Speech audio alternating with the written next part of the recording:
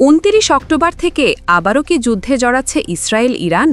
কারণ জাতিসংঘের পরমাণু সংস্থা IAEA এর প্রধান রাফায়েল গ্রসি জানিয়েছেন, ইরান পুরো দমে শুরু করেছে পারমাণবিক কর্মসূচির কাজ। বিশ্লেষকরা বলছেন, গত জুনেও ইরান প্রসঙ্গে একই দাবি করেছিল IAEA, যার কারণে এক সপ্তাহের মাথায় লেগে যায় ইরান ও ইসরায়েলের তুমুল যুদ্ধ। আর এবারও একই দাবি করলেন রাফায়েল গ্রসি। এদিকে ইসরায়েলের ভবিষ্যৎ আগ্রাসন সম্পর্কে সর্বোচ্চ প্রস্তুতি গ্রহণ করেছে ইরানের সশস্ত্র বাহিনীগুলো। ইহুদিবাদীদের কড়া জবাব দেওয়ার নির্দেশনা এরই মধ্যে পেয়েছে ইরানের সর্বোচ্চ প্রতিরক্ষা বাহিনী IRGC। এমন বাস্তবতায় এবার কি তাহলে বৃহৎ যুদ্ধ শুরু হচ্ছে?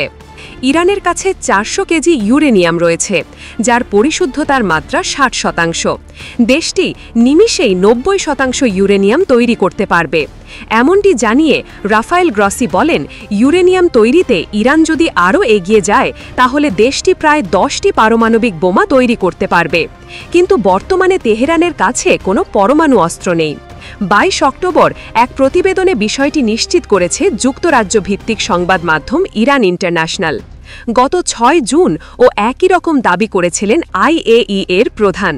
তার সেই দাবির এক সপ্তাহের মাথায় 13 জুন ইরান জুড়ে বিমান হামলা চালায় ইসরায়েল, যার মূল টার্গেট ছিল ইরানের পারমাণবিক ও ক্ষেপণাস্ত্র কর্মসূচি ধ্বংস করা।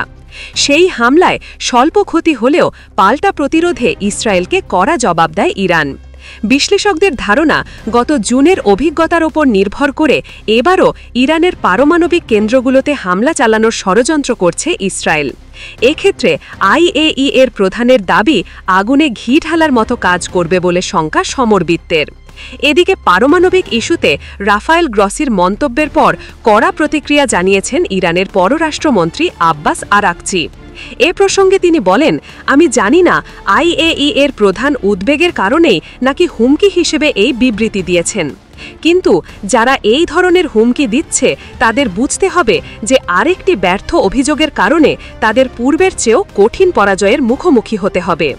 তবে গত জুনে যুক্তরাষ্ট্র ও ইসরায়েলের সম্মিলিত বিমান হামলার আগেই যে ইরান ইউরেনিয়ামগুলো অন্যত্র সরিয়ে নিয়েছিল সে ব্যাখ্যায় দিয়েছে ইরানের সরকারি সম্প্রচার মাধ্যম the Islamic Republic of Iran broadcasting.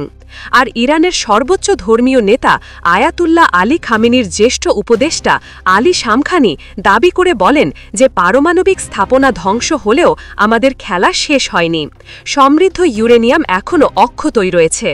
তবে ঠিক কোন জায়গায় রয়েছে পারমাণবিক অস্ত্র তৈরির মূল এই উপকরণগুলো সে বিষয়ে বিস্তারিত জানাননি তিনি।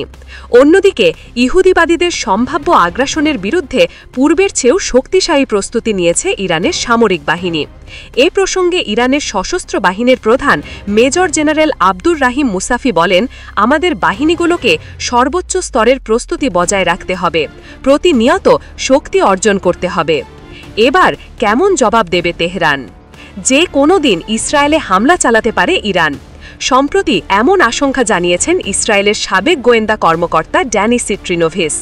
তেহরান অতীতের সংঘর্ষ থেকে শিক্ষা নিয়েছে এবং দ্রুত গতিতে ক্ষেপণাস্ত্র ক্ষমতা উন্নত করছে জানিয়ে ড্যানি বলেন, ইরানের সামরিক ক্ষমতা অনেকের ধারণার চেয়েও শক্তিশালী। যুক্তরাষ্ট্র ইরানের ইউরেনিয়াম সমৃদ্ধিকরণ ও ক্ষেপণাস্ত্র সক্ষমতা কমিয়ে আনার প্রতি মনোযোগী, আর ইসরায়েল সংঘাত চায়। তাই কয়েক সপ্তাহ কিংবা মাসের মাঝে দুই পক্ষের তুমুল যুদ্ধ বাড়তে পারে। নিউজ ডেস্ক, বাংলার সময়।